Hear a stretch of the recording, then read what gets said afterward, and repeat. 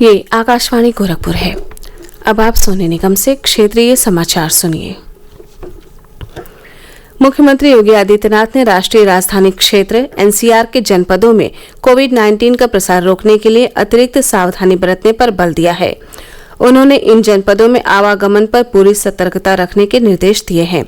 लखनऊ में आज एक उच्च स्तरीय बैठक में अनलॉक व्यवस्था की समीक्षा करते हुए मुख्यमंत्री ने मेरठ मंडल के सभी जिलों में 10 दिवसीय सघन सर्विलांस अभियान को प्रभावी ढंग से संचालित करने के निर्देश दिए हैं। आज से शुरू हुए इस अभियान के तहत स्वास्थ्य विभाग की टीम घर घर जाकर लोगों की सेहत की जांच कर रही है। मुख्यमंत्री ने कोविड-19 संक्रमण की श्रृंखला को तोड़ने में कोविड हेल्प डेस्क को काफी कारगर बताया। उन्होंने कहा कि सभी सरकारी और निजी संस्थानों में कोविड हेल्प डेस्क की स्थापना को प्राथमिकता देते हुए इनका सुचारू ढंग से संचालन सुनिश्चित किया जाए। मुख्यमंत्री ने कोविड और नॉन कोविड अस्पतालों की सेवाओं की निरंतर निगरानी के भी निर्देश दिए हैं। उन्होंने कहा कि सरकारी और निजी अस्पतालों में आवश्यक ऑपरेशन किए जाएं। मुख्यमंत्री ने सभी जरूरतमंद व्यक्तियों को एम्बुलेंस की सेवा उपलब्ध कराने के भी निर्देश दिए। मुख्यमंत्री ने बिना लक्षण वाले कोरोना संक्रमित व्यक्तियों को भी कोविड अस्पतालों में भर्ती करने के निर्देश दिए हैं। उन्होंने कहा कि इस बात का ध्यान रखा जाए कि ऐसे व्यक्ति किसी अन्य बीमारी से ग्रसित न हो। मुख्यमंत्री ने पुलिसकर्मियों को कोरोना संक्रमण से सुरक्षित रखने के लिए सभी उपाय किए जाने के भी निर्देश दिए हैं। प्रधानमंत्री गरीब कल्याण अन्न योजना के दूसरे चरण में 5 और महीने तक देश के 80 करोड़ लोगों के बीच परिवार के प्रत्येक सदस्य को 5 किलोग्राम गेहूं या चावल और लाभार्थी परिवार को 1 किलोग्राम चना मुफ्त दिया जाएगा। केंद्रीय खाद्य और सार्वजनिक वितरण मंत्री रामविलास पासवान ने इस योजना के दूसरे चरण का विवरण दिया और राज्यों को अतिरिक्त खाद्यान्न उपलब्ध कराने के लिए सरकार द्वारा उठाए गए कदमों की जानकारी दी।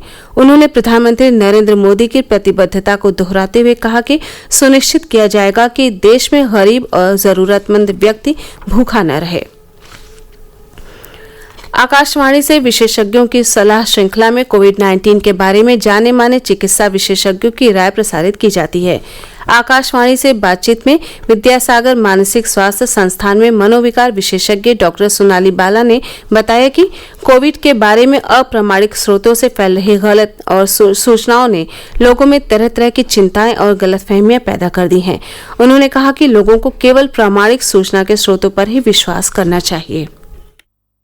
अगर कोई इंसान जिसको ये कोविड-19 बीमारी हो गई है हमारे घर के आसपास रहता है तो उसकी वजह से एक डर पैदा हो जाता है, क्योंकि हमारे पास करेक्ट इन्फॉर्मेशन नहीं है कि ये कैसे फैलता है। ऑटोमेटिकली उस पर्सन के अगेंस्ट, इस बीमारी के अगेंस्ट स्टिग्मा जनरेट हो जाता है। तो सबसे जरूरी है कि हमें करेक्ट इन्फॉर्मेशन मिले, हम चीजों को सही मायने में समझे। अगर ऐसा होता है तो हमारे थॉट प्रोसेस पॉजिटिव होते हैं, हमें समझ में आता है कि ये बीमारी किसी को भी हो सकती है, तो डिस्क्रिमिनेशन क्यों किया जाए। अगर हमारे थॉट प्रोसेस करेक्ट होंगे तो ऑटोमेटिकली उस इंसान के लिए जिसको ये बीमारी हुई है कंपैशन, काइंडनेस जनरेट होगी और स्टिग्मा रिड्यूस होगा। आकाशवाणी का समाचार सेवा प्रभाग आज फोन इन कार्यक्रम में कोविड-19 पर एक विशेष परिचर्चा प्रसारित करेगा। लोकनायक जयप्रकाश नारायण अस्पताल नई दिल्ली के डॉक्टर नरेश गुप्ता परिचर्चा में भाग लेंगे। श्रोता स्टूडियो में हमारे टोल फ्री नंबर है 1800-115-767 पर फोन करके विशेषज्ञ से सवाल पूछ सकते हैं। श्रोता 0112-3314-444 पर भी सवाल पूछ सकते हैं। ये कार्यक्रम रात 9:30 बजे से FM गोल्ड और अतिरिक्त मीटरों पर सुना जा सकता है। ये कार्यक्रम हमारे वेबसाइट news.on.air.com और हमारे YouTube news on AIR official पर भी उपलब्ध रहेगा। Mobile app news on AIR से भी अपडेट लिए जा सकते हैं।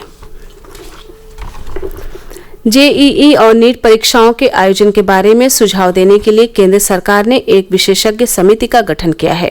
राष्ट्रीय टेस्टिंग एजेंसी के महानिदेशक इस समिति में शामिल हैं और इस समिति से कल तक रिपोर्ट देने को कहा गया है।